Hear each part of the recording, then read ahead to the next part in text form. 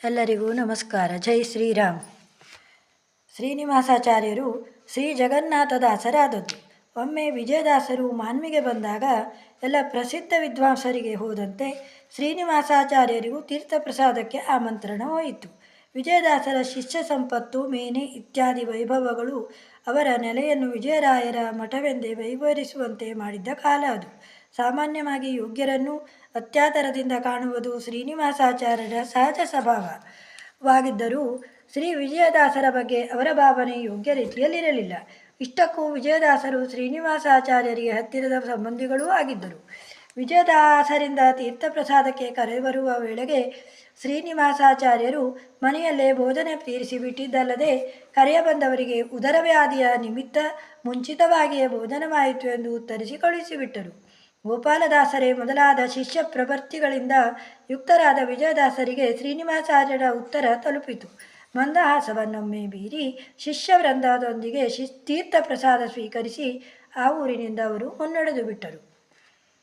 ಶ್ರೀನಿವಾಸಾಚಾರ್ಯರ ಮಿಥ್ಯವಾದ ಸತ್ಯವೇ ಆಯಿತು. ಉದರವ್ಯಾಧಿಯು ಕ್ಷಯರೋಗವಾಗಿ ಪರಿಣಮಿಸಿತು. ಶಾಸ್ತ್ರಜ್ಞರಾದ ಆಚಾರ್ಯರು ಪ್ರಾಣಶಕ್ತಿಯ ಮೂಲವೇ ಆದ ಶ್ರೀ ವಾಯುದೇವರನ್ನು ವ್ಯಾಧಿಯ ಪರಿಹಾರಕ್ಕೆಂದು ಆಶ್ರಯಿಸಿದರು. ಅವರು ಹರಿದಾಸರಾದ ಮೇಲೆ ರಚಿಸಿದ ಅಪಮೃತ್ಯು ಪರಿಹರಿಸೋ ಅನಿಲದೇವ ಎಂಬ ಕೃತಿಯಲ್ಲಿ ಈ ಪ್ರಸಂಗಕ್ಕೆ ಸೂಚನೆ ಇದೆ. ಅನಂತರ ವಾಯುದೇವರ ಸೂಚನೆಯಂತೆ ಮಂತ್ರಾಲಯಕ್ಕೆ ಹೋಗಿ ಶ್ರೀ ರಾಘವೇಂದ್ರ ಸ್ವಾಮಿಗಳನ್ನು ಸೇವಿಸಿದರು. ತಾವು ಮಾಡಿದ ವಿಜಯದಾಸರ ಅವಜ್ಞತೆಯೇ ವ್ಯಾಧಿಗೆ ಮೂಲ ಎಂದು ಸೂಚನೆಯಾಯಿತು. ತಮ್ಮ ಕೃತ್ಯಕ್ಕಾಗಿ ಬಹಳ ಪಶ್ಚಾತ್ತಾಪಪಟ್ಟರು. ತಮ್ಮನ್ನು ಪೀಡಿಸುತ್ತಿದ್ದ ವ್ಯಾಧಿಗಿಂತ ಹೆಚ್ಚಾಗಿ ತಾವು ಮಾಡಿದ ಸ್ತೋತ್ರಮ ದ್ರೋಹ ಅವರನ್ನು ಬಹಳವಾಗಿ ನೋಯಿಸತೊಡಗಿತು. ಮಹಾನಿಂದೆ ಪತನದ ಹೆದ್ದಾರಿ ಎಂಬ ಶಾಸ್ತ್ರ ಸಿದ್ಧಾಂತ ಅವರ ಮನಸ್ಸಿನಲ್ಲಿ ಸ್ಫುಟವಾಗಿ ಮೂಡಿತು. ಹರಿಕಥಾಮೃತ ಸಾರದ ಕಂಸಮರ್ದನದಾಸರಿಗೆ ನಿಸ್ಸಂಶಯದಿ ಬಂಧಿಸದೆ ನಾ ವಿದ್ವಾಂಸನೆಂದಂ ಕರಿಸಿದೆ ಭವಗುಣದಿ ಬಂಧಿಸುವ ಎಂಬ ಮಾತಿನಲ್ಲಿ ಹರಿಭಕ್ತರಿಗೆ ಮಾಡುವ ಅವಮಾನ ಅದೆಂತಹ ಗುರುತರ ಅಪರಾಧ ಎಂಬ ಸ್ಪಷ್ಟ ಚಿತ್ರವಿದ್ದು, ಅದು ಒಂದು ರೀತಿಯಲ್ಲಿ ಅವರ ಪೂರ್ವಜೀವನದ ಈ ಪ್ರಸಂಗಕ್ಕೆ ವಾಕ್ಯೆಯಂತೆಯೂ ಇರುವುದು ಗಮನಾರ್ಹ. ಶ್ರೀನಿವಾಸಾಚಾರ್ಯರು ವಿಜಯದಾಸರಿದ್ದಲ್ಲಿಗೆ ದಾಸೋಹಂ ನಾನು ನಿಮ್ಮ ದಾಸ, ನಮ್ಮನ್ನು ರಕ್ಷಿಸಿ ಎಂದು ಪ್ರಾರ್ಥಿಸುತ್ತಾ ಧಾವಿಸಿದರು.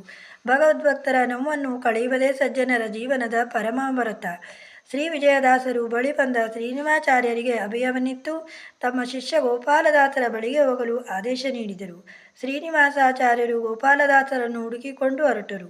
ಪಾಪಮುಕ್ತರಾಗುವ ಹವಣಿಕೆಯಲ್ಲಿ ಶರೀರ ದೌರ್ಬಲ್ಯವನ್ನೂ ಸಹ ಲೆಕ್ಕಿಸದೆ ಶ್ರೀನಿವಾಸಾಚಾರ್ಯರು ಉತ್ತಾನೂರಿಗೆ ಬಂದರು.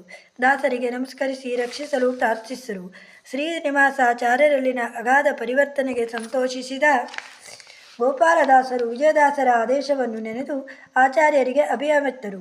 ಧನ್ವಂತ್ರಿ ದೇವನನ್ನು ಎನ್ನ ಭಿನ್ನಪ ಕೇಳು, ಧನ್ವಂತ್ರಿ ದಯ ಮಾಡೋ, ಸಣ್ಣವನು ಇವ ಕೇವಲ ಎಂಬೀ ರೀತಿ ಪ್ರಾರ್ಥಿಸಿ ಭಗವದ್ರ್ಪಿತವಾದ 2 ಜೋಳದ ಬಕರಿಗಳನ್ನು ಅನುಗ್ರಹಿಸಿದರು. ಮಹಾತ್ಮರ ನಿಂದೆ ಶ್ರೀನಿವಾಸಾಚಾರ್ಯರ ಆರೋಗ್ಯವನ್ನು ಮಾತ್ರವಲ್ಲದೆ ಆಯುಷ್ಯವನ್ನೂ ನಾಶ ಮಾಡಿತ್ತು. ಅದನ್ನು ಮನಗಂಡ ಗೋಪಾಲದಾಸರು ಆರೋಗ್ಯದೊಂದಿಗೆ ತಮ್ಮ ಜೀವಿತದ 40 ವರ್ಷಗಳನ್ನು ಸಹ ಧಾರೆ ಎರೆದು ನಿಜವಾದ ಅರ್ಥದ ಬಾಳನ್ನು ಕೊಟ್ಟರು. ಮಹಾತ್ಮರ ಈ ಪರಿಯನ್ನು ಕಂಡ ಶ್ರೀನಿವಾಸಾಚಾರ್ಯರಿಗೆ ಆದ ಆಶ್ಚರ್ಯ ವರ್ಣನಾತೀತವಾಗಿತ್ತು. ಪ್ರಸಾದ ಸ್ವೀಕರಿಸದೆ ರೋಗ ತಂದುಕೊಂಡಿದ್ದ ಅವರು ಹೀಗೆ ಮರಳಿ ಪ್ರಸಾದವನ್ನು ಸೇವಿಸುವ ಮೂಲಕವೇ ರೋಗ ಕಳೆದುಕೊಂಡು ಬೆಳಗಿದ್ದು ಶ್ರೀನಿವಾಸಾಚಾರ್ಯರ ಜೀವನದಲ್ಲಿ ನಡೆದ ಒಂದು ವಿಶಿಷ್ಟ ಸಂಘಟನೆ.